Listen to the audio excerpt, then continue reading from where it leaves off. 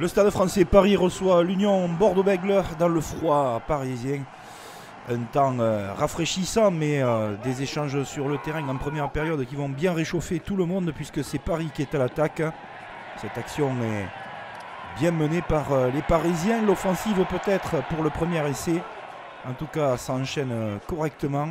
Et regardez ce drop qui est claqué. Magnifique de la part de Louis Carbonel. Ça commence très bien pour les Parisiens dans cette première période.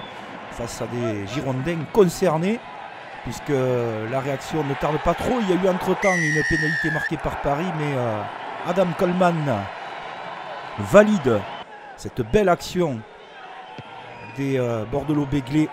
Maxime Lucu transforme sans sourciller. Et le score est de 10-9 pour Bordeaux, alors que l'on va jeter un œil sur cette action. Cet écran. Et en tout cas, superbe pénalité convertie par Maxime Lucu. Longue distance. On se dit que la seconde période va être très accrochée. Et on botte en touche. Tout le monde rentre au vestiaire. Bordeaux 13, Paris 12. Seconde période accrochée ou pas, en tout cas, jusqu'à la 53e.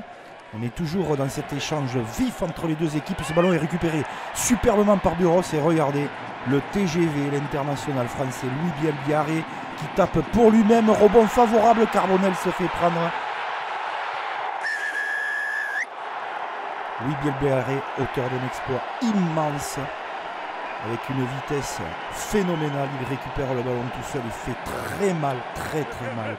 Le Stade Français Paris à ce moment de la rencontre, le décès est transformé par Maxime Lucu.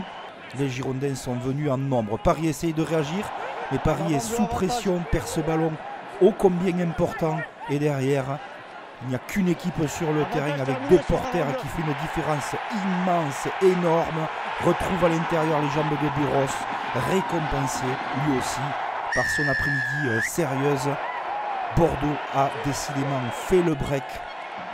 Il n'avait pas eu la première place, chippé et chapardé par le Stade toulousain l'année dernière en 2024.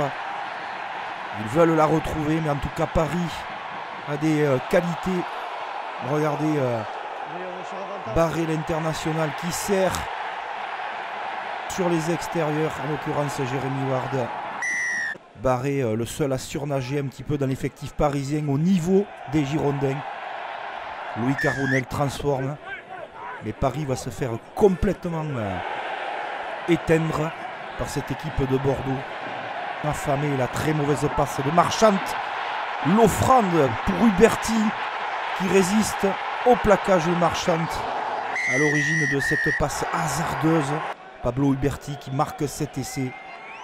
Bordeaux se promène dans cette seconde période. Paris fait des erreurs, fait des cadeaux, mais c'est dû aussi à l'énorme pression que Bordeaux met sur les Parisiens.